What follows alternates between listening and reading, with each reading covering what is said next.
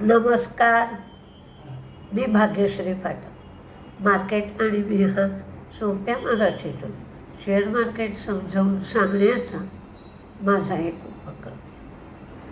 अगदी पुस्तकी भाषेत किंवा वर्तमानपत्राच्या भाषेत बोलायचं झालं तर आज उठल्याबरोबर सगळीकडे हाहाकार होणं.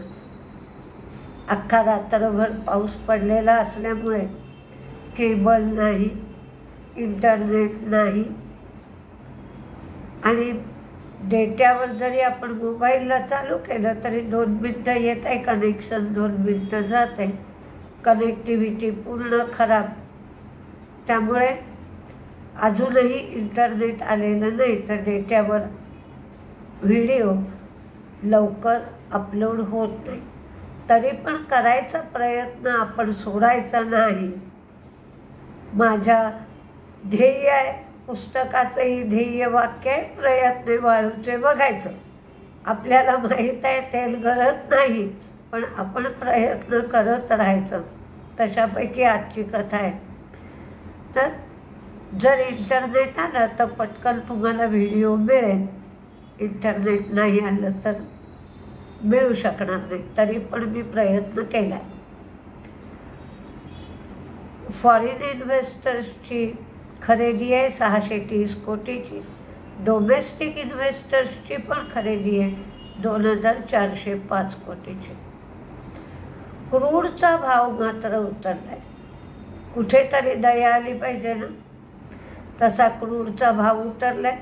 सौदी अरेबियाने सांगितलं आहे की डिसेंबरपासून आम्ही प्रोडक्शन वाढवू, कमिटमेंट दिली आहे. त्यामुळे क्रूडचा भाव उतरला आहे. 71च्या लेवलला सुद्धा गेला होता. बॉन्ड यील्ड 3.79 एवढं झालं आहे. चीनने स्पीडमध्ये RRR म्हणजे रिझर्व्ह रिक्वायरमेंट रेशो कमी करायला सुरुवात केली आहे. 10% हा रेट रिझर्व्ह रिक्वायरमेंट रेशो कमी केला आहे. आता तो 9.50 एवढा झाला आहे. PBOC म्हणजे त्यांची मोठी बँक, त्यांनी 0.50 एवढा रेट कमी केलेला आहे. त्यामुळं हा रेट कमी केल्यामुळे चायनाच्या अर्थव्यवस्थेमध्ये 1.2 लाख कोटी एवढी लिक्विडिटी तयार होईल. अल्कोवामध्ये काल 9% तेजी होती. त्यामुळे हिंदाल्कोचा शेअर तेजीत राहू शकेल. इंडस्ट्रीयल मेटल्स जे आहेत त्याच्यामध्ये तेजी होती. चिप मेकरचे शेअर पण तेजीत होते कारण मायक्रॉननी रेव्हेन्यूचा अंदाज चांगला दिला आहे. एनव्हिडियाचाही शेअर तेजीत होता आणि जॉबलेस नंबर्स चांगले आल्यामुळे सेंटिमेंट पण चांगलं होतं. म्हणजे डाव, नॅसडॅक, S&P सगळे तेजीत होते.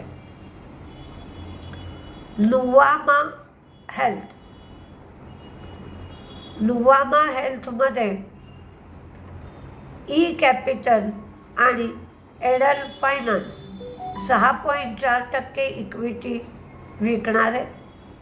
5% डिस्काउंटवर 6,455चा भाव फ्लोअर प्राईस त्यांनी ठरवली. 1,464 कोटी रुपये यातून मिळतील आणि 75 दिवसाचा लॉक इन पिरियड असेल. म्हणजे पुन्हा 75 दिवस त्यांना विकता येणार नाही. जो काही स्टेक विकायचा असेल तो 75 दिवस झाल्यानंतर. जूनमध्ये त्यांनी विकला होता त्यांचा स्टेक आधी. ई कॅपिटलने 8.44% स्टेक विकला होता तर एडल फायनान्सने 5.18% स्टेक दोघांनीही जूनमध्ये विकला होता. रेलटेलला 156 कोटीची ऑर्डर मिळाली आहे. ॲक्सेंचरने त्यांचा रेव्हेन्यू गायडन्स 3% आणि लोकल करन्सी गायडन्स 6% असा ठेवला. त्यांनी बायबॅक मी काल ॲक्सेंचरचा कालच्या संध्याकाळच्या व्हिडिओमध्ये दिला आणि FY25मध्ये रेव्हेन्यू ग्रोथ 3% असेल असं ॲक्सेंचरने सांगितलं. प्रताप स्नॅक्स, अँथम इन्व्हेस्टमेंट आणि माही मधुकेला हे 46% स्टेक प्रमोटरकडून खरेदी करतील, त्यामुळे 26%साठी ओपन ऑफर येईल. बायोकॉन, GLP-1 मिडल ईस्टमध्ये कमर्शियलायझेशन करण्यासाठी त्यांनी भागीदारी केली आहे.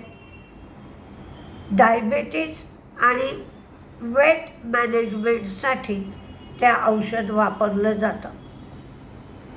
KEC हे QIPमधून त्यांनी 870 कोटी रुपये गोळा केलेत आणि ॲक्च्युअली QIP 955 रुपयाला झाला आहे. त्यांनी 925 काहीतरी फ्लोअर प्राईस ठरवली होती असं मला आठवत आहे.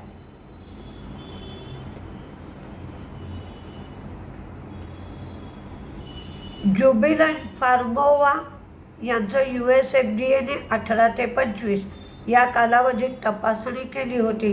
त्या तपासणीमध्ये कोणत्याही त्रुटी दाखवलेल्या नाहीत. कोणते शेअर तेजीत राहतील, मंदीत राहतील असं पाहूया आणि तुम्ही त्याची वॉचलिस्ट बनवा नेहमीप्रमाणे आणि काय ॲक्च्युअली मार्केट चालतं आहे त्याप्रमाणे अंदाज घेऊया. वेस्टलाईफ, न्यूजेन सॉफ्टवेअर, आधी तेजीमधले शेअर सांगते. Westlife, Newgen software, BEL. ॲक्सेंचरने त्यांचा गायडन्स सुधारला आहे म्हणून इन्फोसिस, कोफोर्ज, विप्रो, सन फार्मा, अडाणी ग्रीननी टोटल एनर्जी बरोबर जॉईंट व्हेंचर केला आहे. रेलटेल त्यांना 156 कोटीची ऑर्डर रूरल डेव्हलपमेंट मंत्रालय महाराष्ट्राकडून मिळाली आहे आणि ही ऑर्डर 12 महिन्यात पूर्ण करायची आहे. राईट्स हे दिल्ली मेट्रोसाठी लोएस्ट बिडर ठरले.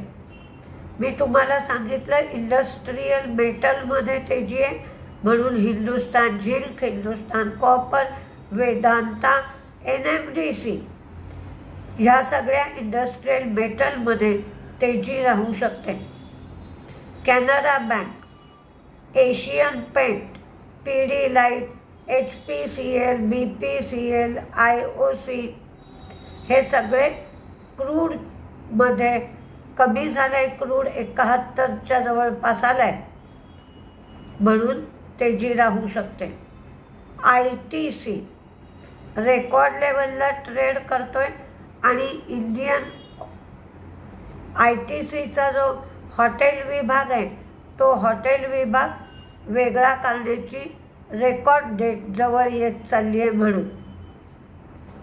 RVNL, Tata steel, HDFC life.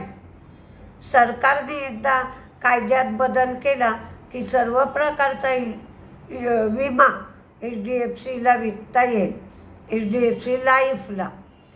5 star finance, SBI life आणि गल्फ ऑइल.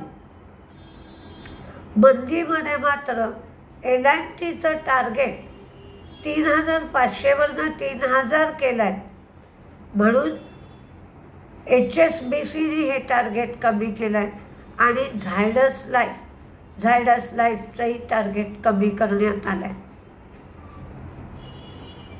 त्याचप्रमाणे तेजीमध्ये अडाणी ग्रीन राहू शकतो, पर्सिस्टंट राहू शकतो. सिप्ला, मॅक माय इंडिया, TCS हे सगळे शेअर तेजीत राहू शकतात। मंदीत फार कमी शेअर, मी 2च शेअर मंदीमध्ये राहतील असं दिलं आहे, L&T आणि झायडस लाईफ। तरीही तुम्ही बघा, कारण आज थोडं तुम्हीही, तुमच्याकडे जर इंटरनेट असेल, तुमच्याकडे जर केबल असेल, तर तुम्हीसुद्धा स्वतः चेक करा।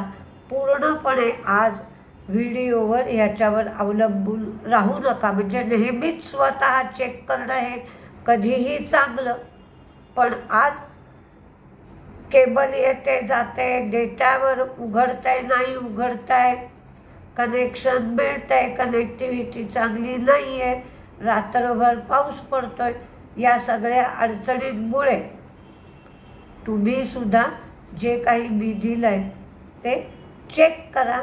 तुम्हाला काय अडचण आली तर गुगल चेक करून बघा बरोबर आहे की नाही, नाहीतर एक दिवस ट्रेड न करता नुसतं मार्केट पहा काय होत आहे ते। मी पण आलं इंटरनेट, आलं सगळं, तर मार्केट बघता येईल, बघूया काय काय होत आहे। नमस्ते।